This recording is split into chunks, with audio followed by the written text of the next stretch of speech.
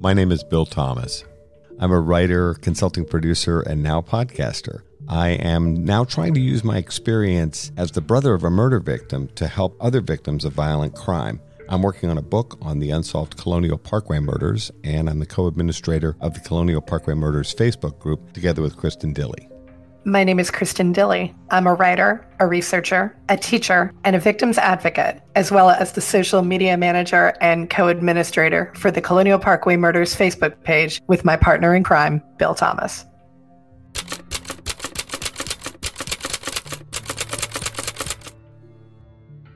Welcome to this bonus episode of Mind Over Murder. As part of our celebration of our second anniversary and passing the 500,000 download benchmark, we're going back to some of our earlier episodes of Mind Over Murder, bringing those back as bonus episodes. Over the next few weeks, we're going to be taking a listen to a series we did on the unsolved murder of Donna Mike Margaret, who were killed in 1984. Sometimes their case has been linked to the Colonial Parkway murders, although as we've learned more, we actually think this may be a freestanding event. We hope you enjoy this bonus episode of Mind Over Murder. Welcome back to Mind Over Murder. I'm Kristin Dilley. And I'm Bill Thomas. And we are back for part 2 of our episode on the Donna and Mike Margaret murders from 1984. Joining us again is Blue Hall to talk to us about the case. Blue, thanks for joining us again. One of the things that I want to make sure we touch on is the fact that Mike's Jeep had blood in it, not just from Mike and Donna, but also from a third sample. And that third sample was type A blood, whereas Mike and Donna were otherwise. So talk to us a little bit about that blood. Was it tested for DNA? Give us a little bit of information about that, if you would. The police had determined there was third-party blood droplets at multiple locations inside of Mike's Jeep. Some, I believe, were on suitcases that were in the rear of the Jeep, maybe some on the seat covers in the front. So I think preliminary tests done on that blood indicated a type A blood. I don't know how accurate that is. Back then, there's experts that could talk all day about that, but I think police may believe that was accurate. As far as DNA goes, the last time, that blood has been tested multiple times over the years. There was not a significant amount of blood. We're just talking a little bit of droplets here and there. I don't know how much exactly in scientific terms. If those murders happened today, then I believe science could probably test that amount of blood almost infinitely, because the blood required today for DNA testing is so small compared to what in 1984 DNA technology really didn't exist. But when DNA was first introduced, that was not a lot of. So it was tested multiple times. The last time that I know it was tested was in 2006. I can tell you with 99% confidence, based on who I've talked to at the state lab and other sources, that blood in the Jeep was all consumed in 2006. Yeah, it sounds like. Anymore. This is worth recapping for our listeners. A lot of times we are applying the standards of 2020, in this case, to a case that happened 36 years ago. So let's just dial back to 1984 for a second and keep in mind the Colonial Parkway murders start with my sister Kathy and Rebecca Dowski's murder in 1986. So the timeline is very similar. In the mid-'80s, DNA hasn't even made it out of the lab yet. It's not used for forensics, and it's certainly not used in law enforcement applications. Blue, as you mentioned, back then they used to type the blood, which they still do, and it was discovered that this third party's blood was type A. That's the limit of what was available for testing in 1984. Real important point that you made that needs to be reamplified. The amount of blood or other DNA type forensic evidence, it could be semen or spit or other body fluids as well, the amount required to do advanced forensic testing based on the standards of the time required a significantly larger amount. And many of the tests consumed the evidence completely. In other words, by the end of the process, that evidence didn't exist anymore. It was burned or evaporated or whatever the process was. I know the amount of evidence required now is so minuscule compared to what was required back then. Even as far back as 2006, which is not necessarily ancient history, but is 14 years ago as we speak, the advancements in the last 5 years, never mind 14 or 36 years, are so significant. Now, as you were saying, Blue, a much smaller amount of evidence is required, and often the tests don't necessarily consume the evidence. I know it can be very frustrating for people listening to us talk about an unsolved murder case like this, where it's so important to move the case forward. We're looking at each other and saying, it appears, based on what Blue's conversations with the State Police Lab and other experts, that evidence is no longer available to us because it's been consumed. I know people find that very frustrating. Trust me, so do we. It's important to emphasize it's no one's fault. They were doing state-of-the-art testing at each step along the way. 1984 or 2006 are not 2020. Yeah, it's frustrating. It really is. You take, and to show you how archaic blood typing is, and that's what they did back then. If you had a suspect pool of 10,000 people, you said, okay, our suspect has type A blood. Oh, you narrowed it down to 6,500 people, 3,500 people, or whatever. It's just not good enough.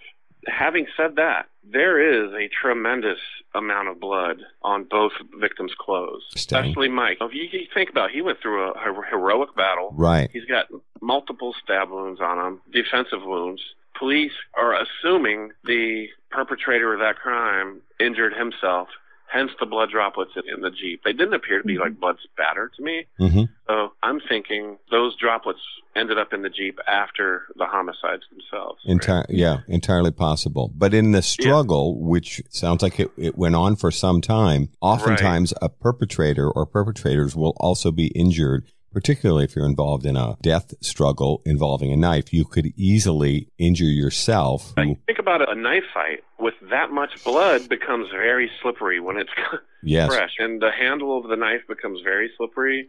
Yeah, it's a very good possibility whoever did this injured himself. He said one time suspected the killer may have been left-handed. I don't know how confident they are, but hopefully we'll find out one day. Right. But also, talking about blood, they think these murders happened Friday night in the early hours of Saturday, August 18th, early AM hours. Their bodies weren't discovered until the 21st of August, 1984. So that's 3 days later. Their bodies sat outdoors, albeit under a whole bunch of pine trees, which can provide pretty good cover. But whatever blood was there had already experienced significant deterioration because of the elements. It's out there in the open. Mm-hmm. The blood in the Jeep, on the other hand, that was somewhat protected, although the doors in the Jeep were left open. I don't know if the back hatch of the Jeep was open or if it was open, even if it had a window. I don't know. So the blood experienced significant deterioration. That's one of the things. It's a bad thing for us, but hopefully with the advancement of science, they can collect third-party blood type from Mike or Donna's clothes. Now, were you ever able to put our friend Jared Bradley and MVAC in touch with the State Police Lab? Just to recap for everybody, his amazing development is this microbial vacuum system that can extract blood from a number of different surfaces, and clothes are among the list, and find much more minute pieces of blood or other evidence. Were they ever able to talk? I did speak with Jared, who's a terrific guy, by the way. I did not put him in touch with the state lab. I did put Jared in touch with Henrico County investigators in the cold case unit. Great. I believe they determined that the MVAC technology was not the ideal method at this time. So that was a no-go. Mm-hmm. And I don't know why. It may be budgetary. It may just be the condition of the evidence as it exists today. I don't know. I don't think I'll ever know that. I think putting the experts together with the investigators is key. But obviously, we're having this commentary and discussion. We don't have all the information ourselves. It's not like we can make decisions for the Henrico investigators or other folks. I think putting the smartest people together to discuss options is always a good thing to do. Also, I want to continue the discussion on on the blood, because it's very important. Even if they somehow develop the suspect without any physical evidence, I think this case would require some sort of physical evidence for a conviction. And I think police know that. The DA, they know that. I'd hate to think that the reason they're not collecting more samples from those clothes is budgetary. But I know if there was $1 million out there unused and they spent enough time on those clothes, they could find perpetrator blood. I have no doubt in my mind. There was also that plaid blanket, too. I'm curious, was there blood on that blanket? Not that I know of. I don't think there was any blood on that blanket. Okay. I know there was a video put out by Henrico a decade ago, maybe a couple decades ago, where they had scenes, video scenes from the crime scene itself. Yeah, there was a uniformed officer. I think it was uniformed. I haven't watched it in so long I can't remember. But he was holding up the blanket with a stick or something, saying somebody died on the... Yeah, I had that down in my notes, which is what I was aiming for with that. I do remember thinking that is really something for a uniform to say at the scene. I think he said somebody was killed on that blanket.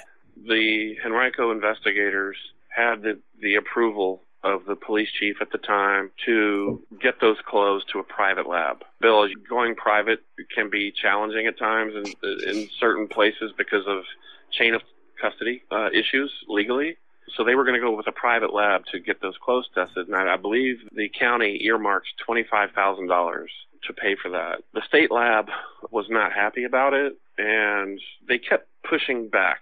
Every time investigators wanted something. I know investigators wanted maybe 12.5 clippings from each of the victims to get tested at the state lab, and they kept getting pushback, saying, no, we already tested this, go away. But at this time, they said, hey, we have this new technology coming online, and I believe it was 6 or 8 months into the future when this new technology was going to be ready to go. So investigators were at a crossroads. Do we go private lab, or do we wait for the state lab to come online with this technology? So the only living relatives of the victims at that time, Scott, was given that question. He said, let's wait for the state. And I think it was the smart thing to do at the time. It didn't work out because we waited and waited. And meanwhile, we got this active Facebook group. Information's coming in. It was hot, right? Once that technology came online, and the state had promised the investigators this case was going to be the landmark case for this new technology. And I don't know anything about the technology. I don't know if it was a collection technology, if it was a testing protocol, but it came online. They did a few cases, testing and see what kind of results they were going to get. And they put us at the back of the line again. So they went back on their promise to us again, which I think is pathetic.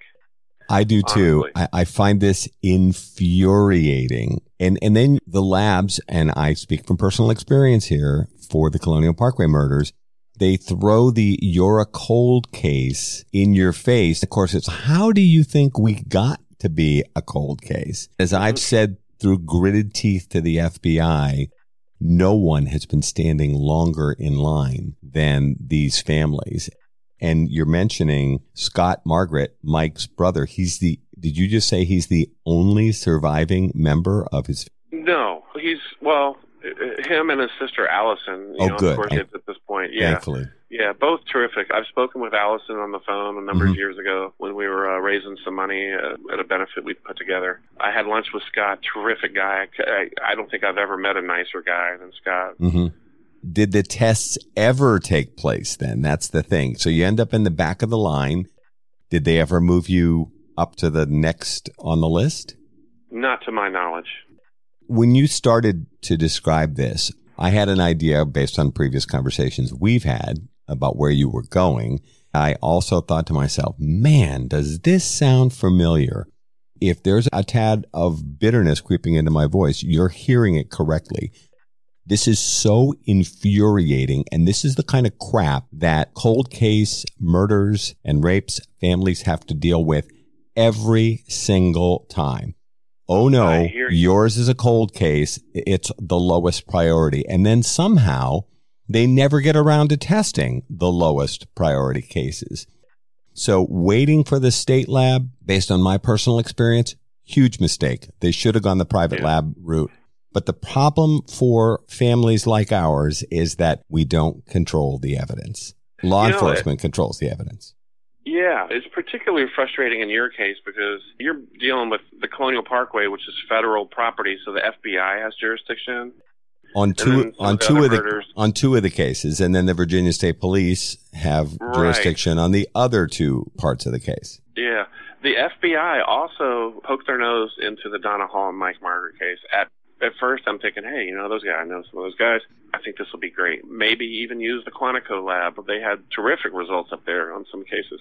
It didn't work out. Back then, a lot of those guys, a lot of the resources from the FBI got switched over to anti-terrorism. So a lot of the help they were providing to local police and state was taken away. I just wrote a new column for a journal that's coming out in a couple of months. It's called Forensic Genomics. It's not the sexiest title I've ever heard, but it's going to be terrific. They asked me to write a guest column, and which I've called From the Family Perspective. One of the things I raise, and if people want to question my patriotism, they're welcome to go right ahead. Folks, we need to understand something here. The decision to redeploy the FBI on 9/11 as an anti-terrorism agency had a significant impact on the level of resources available to individual cases around the country. Remember, for a lot of smaller law enforcement agencies, and there are 17,000 law enforcement agencies around the country, many of them don't have their own labs. When we watch on TV and it's a major city like LA where Blue lives, or New York or LA where I've lived, they have their own labs, the big cities. A lot of smaller states and localities do not have their own lab. They are either dependent upon state labs, which are incredibly overworked, or the FBI lab in Quantico, which is incredibly overworked. And people who have now retired from the FBI, but know what they're talking about, have told me that 90 cents on the dollar if the FBI's budget, which is already too small in my professional opinion, is now going to anti-terrorism. Now, I haven't lost my mind. I lived in New York on 9/11. I lost friends on 9/11, but the decision to redeploy the FBI, which there are 17 different spy agencies in the United States government, and they decided that the FBI was going to be the one to lead the anti-terrorism effort. In my opinion, that was a mistake. You're listening to Mind Over Murder. We'll be right back after this word from our sponsors.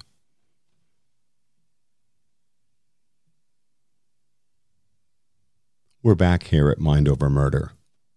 What we're seeing now with our solve rate on murders across the country plunging from 90% 50 years ago to more like 64% in 2019. So the close rate, as they call it, solved murders, is plunging, folks. It's moving in the wrong direction.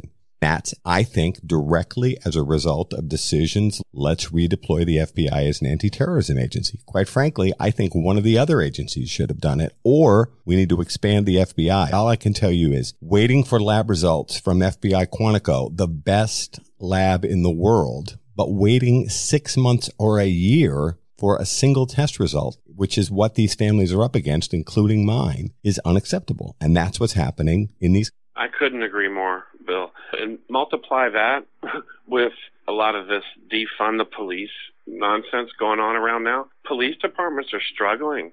They're losing people. They're losing experienced officers, experienced detectives. Who wants to be a cop right now? They're getting just demolished. And cold case, especially, was low on resources perpetually, right? Yes. And worse. Sometimes they don't have anybody working in there. Part-time retired officers come in. They do a great job, but they need some direction. They don't have any warrant power. They don't have any badge, power of the badge. They need to go find an active detective and explain everything to him and use his badge to go out and interview somebody on the street. Meanwhile, they're stuck at a desk. I have this idea. I come from a military family, and here we go again. People are going to say, Bill Thomas is a complete radical.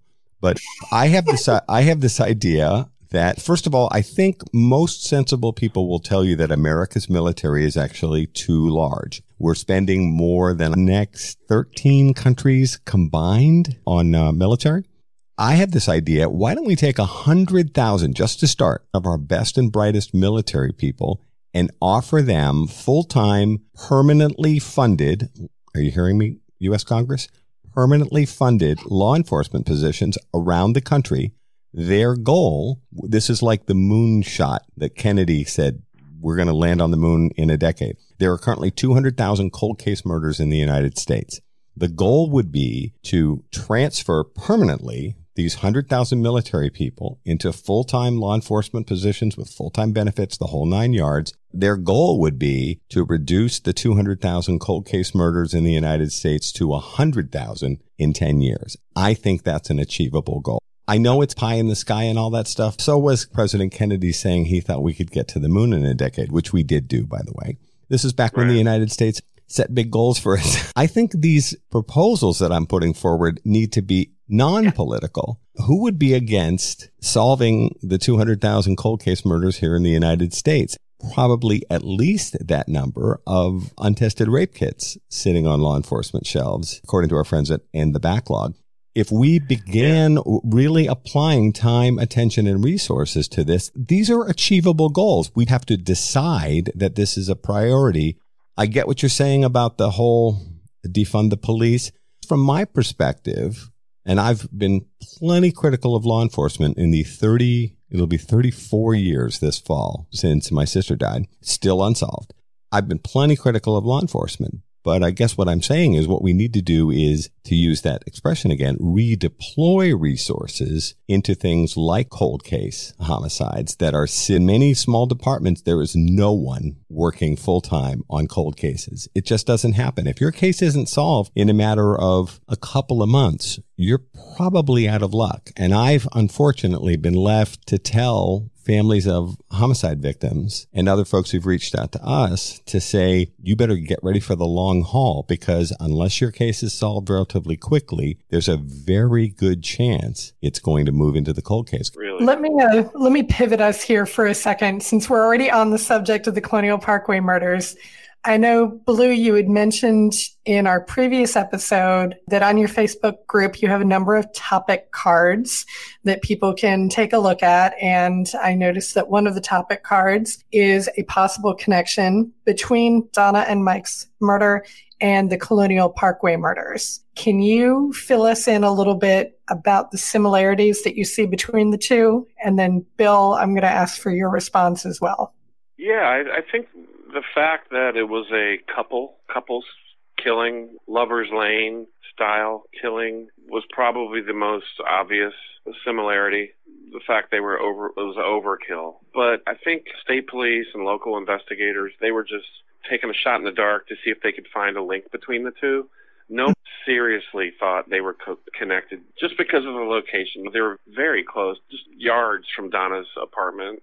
Yeah, they dismissed that fairly quickly. There still do seem to be a lot of people on your Facebook page, though, who want there to be connections between the cases. Yeah, it could go either way. We're not saying all four of those Colonial Parkway murders are connected. Maybe two of them are, maybe three of them are. Mm-hmm. Maybe there was a serial rapist, for example, that was somehow involved in Donna and Mike's murder, who happened to be traveling the parkway to his parents' home on the river on the Eastern Shore. Perhaps a guy with a history of violence. I'm not saying that's not true. I just don't know. Or Sure. They haven't found a link yet. I don't know. Did you want to add anything on that? I see this one come up a lot. I don't look at the Donna Hall Mike Margaret Facebook page every single week, but I do try to look at it. And particularly if Blue gives me a heads up that, hey, there's some discussion going on, you might want to weigh in. I think it's a real stretch. I'm totally prepared to be wrong.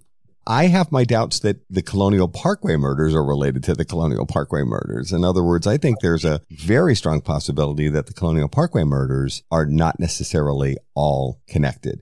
We do have some similarities. We're talking about couples, cars, lovers' lanes situations, couples going missing while out on a kind of a date on a weekend night. And of course, if you're taking a look at this area of Virginia, it certainly makes sense. Do I think that FBI, Virginia State Police, and Henrico should have been discussing it? Absolutely. And you do want to look at what else was going on in that area, in that time frame. And I've taken a real hard look at this. I think that Donna and Mike's murder ties back into the things that Blue talked about. The large amount of money which went missing, the drugs, there's an extreme level of violence, which is actually somewhat similar to the Colonial Parkway murders in that regard. The Demerol, those are things that are very striking about that case. By the way, it is possible that in a couple of the Colonial Parkway murders, there may be a low-level drug deal, like someone going out to score some pot for a party weekend or something like that. In the fourth of the Colonial Parkway murders, the Phelps-Lauer disappearance and murder there is probably $600 to $800 that went missing when the couple was murdered and then found 6 weeks later. Daniel Lauer had collected money that he had earned that summer from his dad because they had done a bunch of painting jobs. And so he had $600 to $800, which was a fair amount of money in 1989. That money went missing. They were on their way back to Virginia Beach when that cash was in his possession and then, of course, was not found. I see Donna and Mike's murder as a tragic event, but I see it as independent from the Colonial Parkway murders. I think sometimes people want solutions. Kristin's giving me the thumbs up here. They want explanations to mysteries like this. So people will get onto a certain bandwagon. It was Edward Edwards traveling around the country killing couples, or it's Michael Nicolau, Vietnam veteran. Trust me, these are not nice people, but I find that people want to just ram the pegs into the holes because it somehow appeals to their sense of order. It's very disturbing to think about unsolved murders happening around you and terrible things happening to young people, and they're never resolved. I think there's this tendency sometimes for people to think, it's this boogeyman out there that is doing these terrible crimes. And the truth is, these may be multiple independent events. You're right. I think there's a small chance they're connected to the Donna home. Very small. But I can't say for sure if they are or aren't. People always ask, Blue and I are similar in that regard, and Rob Holland as well. The role that Kristin, Dilley, and Bill Thomas perform for the Colonial Parkway murders is very similar to the role that has developed over the years for you and Rob and your fellow administrators on the Donna Hall Mike Margaret page. Answering questions, and look, I can't count how many times people have asked me about potential relationship between Donna and Mike's murder and the Colonial Parkway murders. But as I said, new people come along every week, and the questions are well-meaning, and I'm not offended by people asking questions, even questions that I feel like I've answered X number of times before. I'm sure you've answered certain questions about Donna and Mike over and over again too, Blue. Oh, I have. That's how you and I met, Bill. If you remember, it was late summer of 2015. I was visiting Richmond, and I had come across a piece of information that I thought may have been related to your case. There was a guy with, a multiple serial sex offender that could have been a suspect in the Donna and Mike case. And I was looking at his timeline. I found an unsolved rape on the William and Mary campus right around the time of your sister's death. I looked around, I found you, and I'm like, should I call this guy? I don't know. But I think I may have emailed you or called you and said, here's my phone number, and you were quick to respond. So that was great. We found out we both live in LA. We eventually met in person. And so it's great when people come forward, even if it's repetitive. The detectives in Mike and Donna's case, they heard the same story, a story that has probably since become urban legend in Richmond about Donna and Mike's death, about who was responsible for it. Right. And that's the same story I heard when this Facebook group started. I called the detectives and I told them that story, and it was very apparent that he had heard that story dozens, if not hundreds of times before, and was not interested in any of it. Because they have pretty much eliminated that guy as a suspect. When this case was about 2 years old, they finally got a grand jury convened to do a little bit of investigating. They're a little bit less restrictive in their techniques with the grand jury. They just go right at it. They found nothing. This guy was pretty much eliminated as a suspect. I don't want to say his name on air, but back then, at the time of the murders, he was probably not the nicest guy. In fact, he had a reputation of liking violence, fighting, more like bar fights, and just showing his dominance about his fighting skills. Did he deserve to be accused of murder? Probably not. Did he deny it back then? Probably not. It was probably good for his reputation. Wow. He probably sold, some drugs back then. I ended up talking to this guy a couple of years ago, and you could just, he was very nice, very calm, very polite to me, and it was obvious that he regretted a lot of the things he did when he was younger. You've done something unique with I'll call them suspects or persons of interest. None of us pretend to be an investigator, but when you have devoted a significant amount of time to a case, Blue, as I know you and your fellow moderators have, to avoid confusion, you have created a series of nicknames for some of the leading suspects. In other words, you're not going to say, we believe John Smith could have been involved in Donna and Mike's murder. That would be completely inappropriate. And your civilians to boot. But you've ended up creating nicknames for some of the suspects. How did that come about? I don't want to get sued. That's what it boils down to. I don't want to be slanderous to anybody. Right. Especially if they end up being innocent. Most of them will have to. So I made a pact with the other admins. Let's not throw anybody's name out there. If we see somebody throwing names about who did it, we're going to edit that post, take it down, change the name of it or whatever. We don't want anybody accusing anybody of murder on our page. Our goal was to bring information to the police, to keep the case in the public eye, number two. Over time, that changed. We became an information portal to the police. This page was hot to the point where police were watching. There was probably a whole week went by. The Henrico, detectives, were watching our page all day long to see what was coming up in conversation with these people. It was information that it would take them years to go around and get, if they could get it at all. And here, people are just throwing it out. A lot of it was probably speculation, but a lot of it was not. There were topics that came up that the law enforcement officers involved were interested in. Oh, for sure. Yeah. In fact, they would even give us a little nudge. Hey, let's see how that plays out. And we're like, all right, let's keep that topic alive for a little while. Let's highlight that. Let's really dig deep. But we were getting contacted by people that were still scared to talk to the police for some reason. They don't know of course, a lot of them knew me or knew of me, and they knew I lived in LA and knew I just that separation, so they felt comfortable for some reason. But they were still scared to talk to the police. So we would give the police everything, make sure we're not missing anything. At the same time, we're learning stuff that is starting to fit a puzzle, so leading us in, I think, the right direction. So when we explore these things, a lot of times it goes fine. There's nothing there. A lot of times, especially when we start to get resistance from people in a negative way, hey, leave that alone. I'm like, there's got to be something there. Resistance be manifested. How would people express that to you?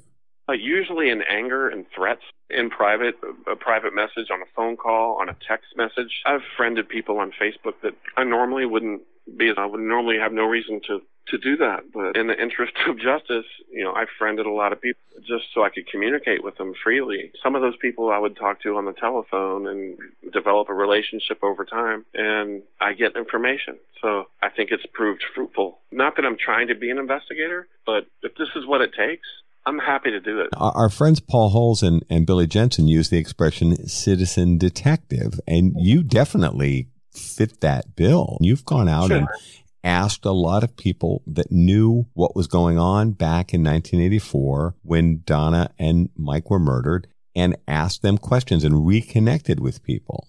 Yeah, I think I did do that.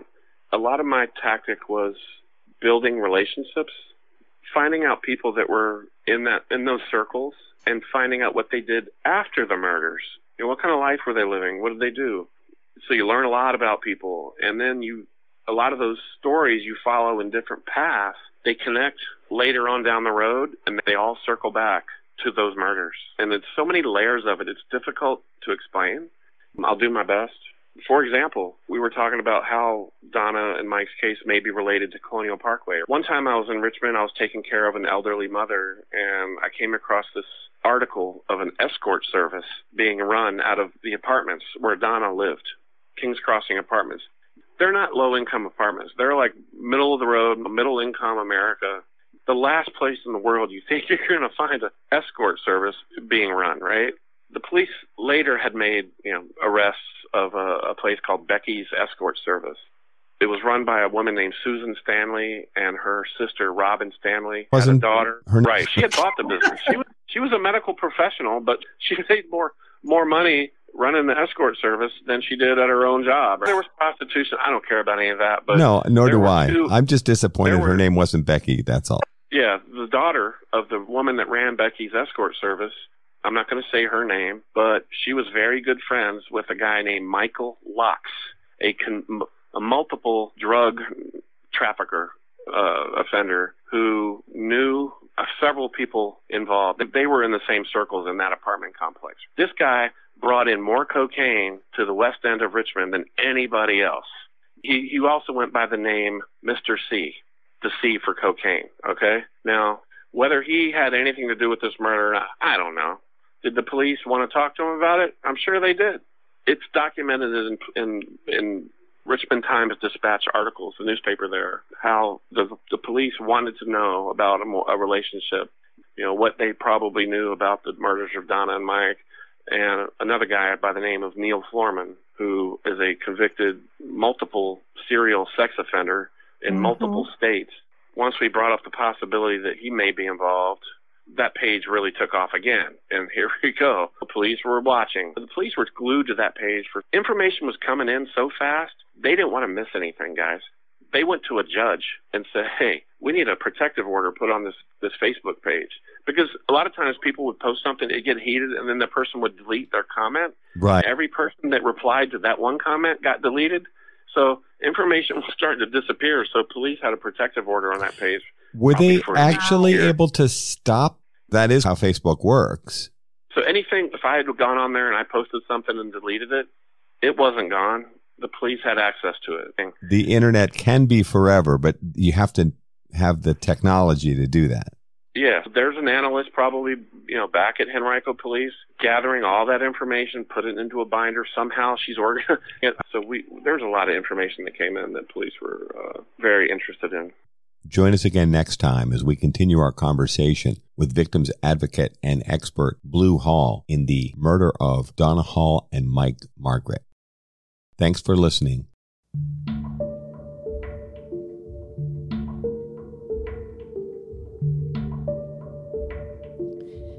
Mind Over Murder is a production of Absolute Zero and Another Dog Productions. Our executive producers are Bill Thomas and Kristin Dilley. Our logo art is by Pamela Arnois. Our theme music is by Kevin MacLeod. Mind Over Murder is distributed in partnership with Crawlspace Media. You can follow us on Facebook, Twitter, or Instagram. You can also follow our page on the Colonial Parkway Murders on Facebook. And finally, you can follow Bill Thomas on Twitter at BillThomas56.